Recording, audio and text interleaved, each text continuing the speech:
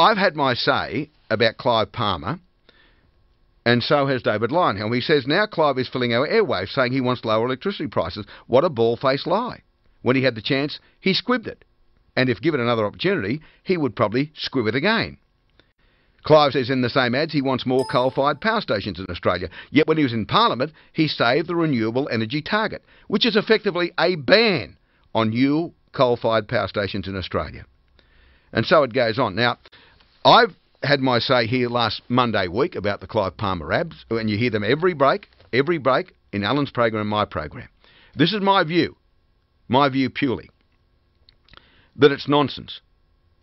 That we have a very successful period of time here for the last 15 years where our advertisers have success. This is one campaign I hope that fails. And if it were up to me, I wouldn't play the commercials. But it's not up to me. I don't make such decisions.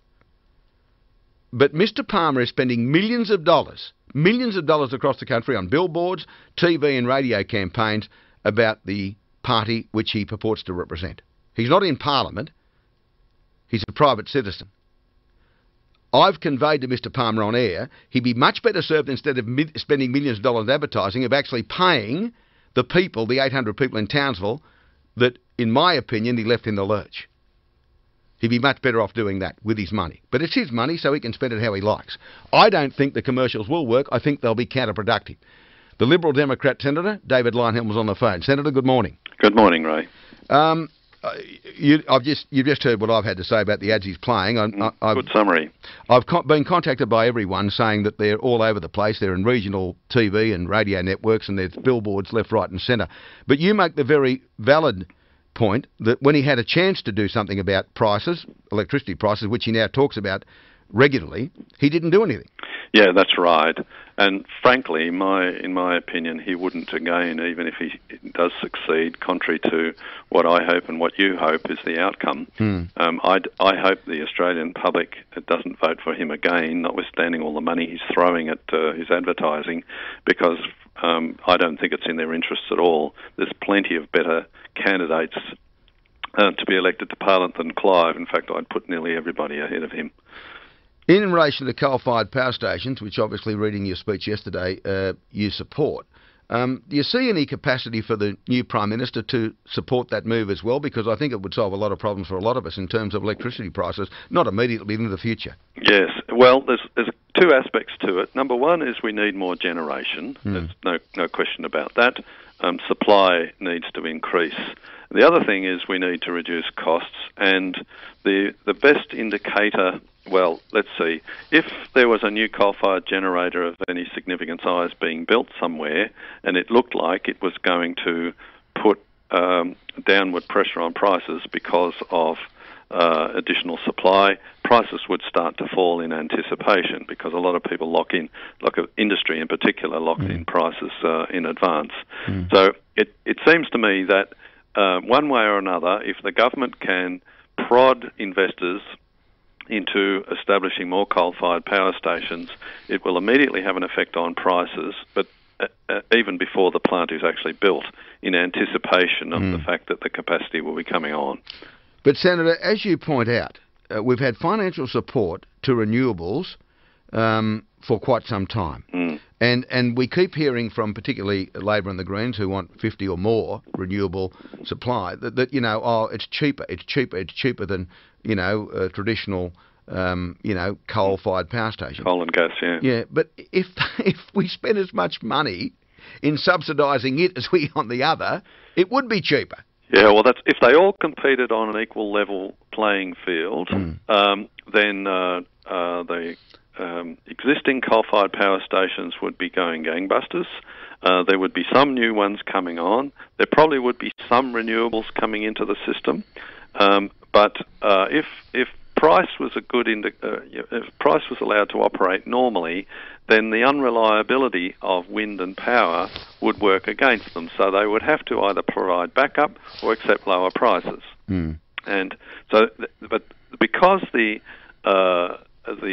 retailers are forced to buy a certain amount of renewable energy, there's no incentive for the wind and solar generators to provide a reliable, low-cost source.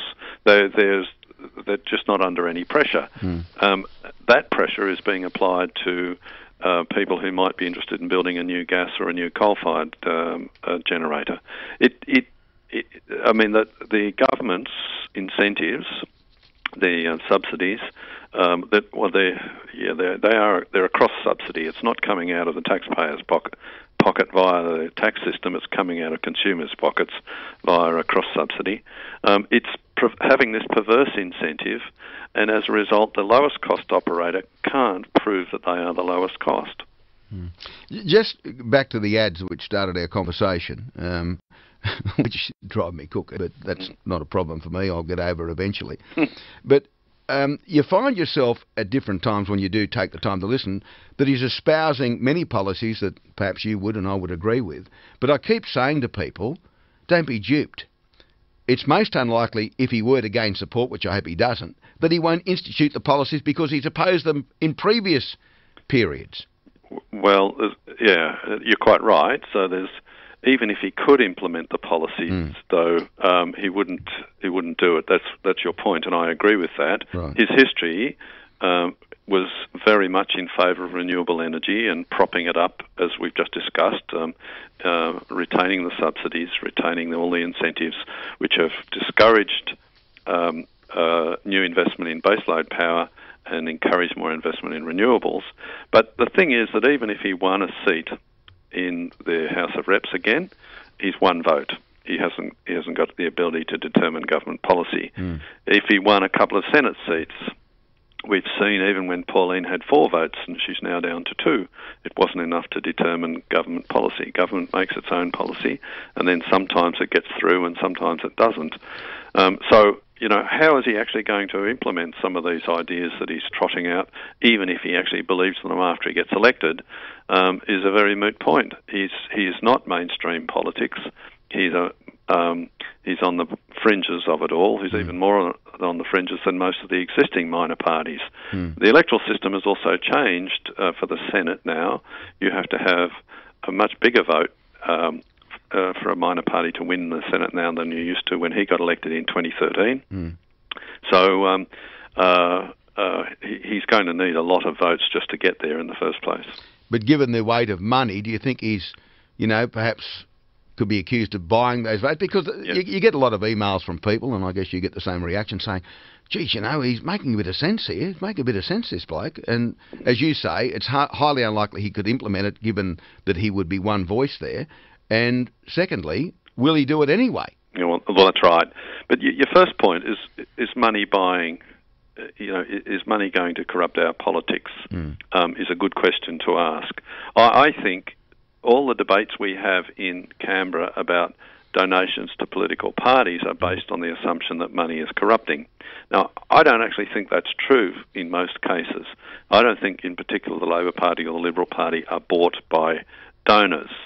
But you couldn't say that in 2013, when Clive won his seat in Fairfax and 3 Senate seats, that it wasn't money that did it.